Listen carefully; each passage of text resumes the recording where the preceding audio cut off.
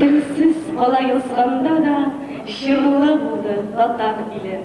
Şuşundadır bu dünyanın bereketler yatar jiri. Afetlerden tortup ol da osılıma koytar mini.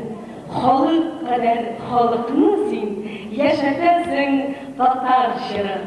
Züfer Hayretdinovki Robert Mingullin şiiri, Yaşligin sıfatları, sahtemiz türünde Rüstem Zakirov.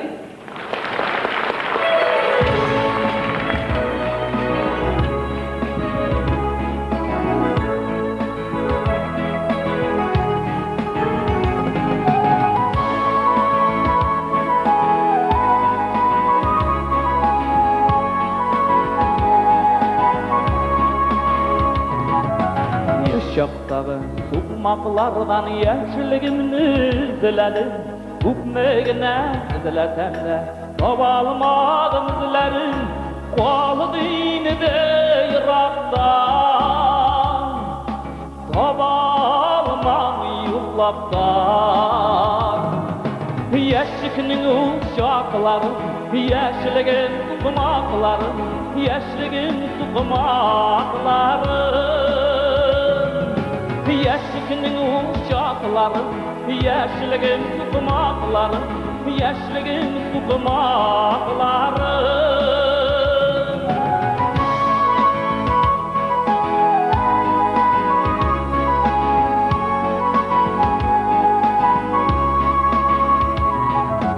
Yaşaptağı tukmaklardan başkalar uzaydı. Urgen sayın yürekkeyim sızlana sızaydı. Kualı dini de Irak'tan tabalmam yullaptan. Yaşlıkının uşakları, yaşligin tukmakları, yaşligin tukmakları. Yaşlıkının uşakları, yaşligin tukmakları, yaşligin tukmakları.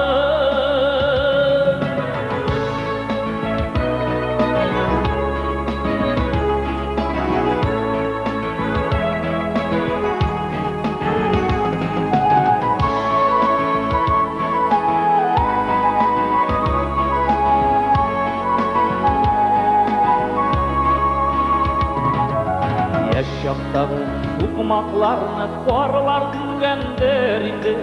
Anda yırgen akdeliler bugün kimlerdir idi? Kualı dini de Irak'tan tabalmam yullaptan. Yaşlıkının uşakları, yaşligin tukmakları, yaşligin tukmakları. Yaşlıkının uşakları, yaşligin tukmakları, yaşligin tukmakları. Yaşligin tukmakları, yaşligin tukmakları.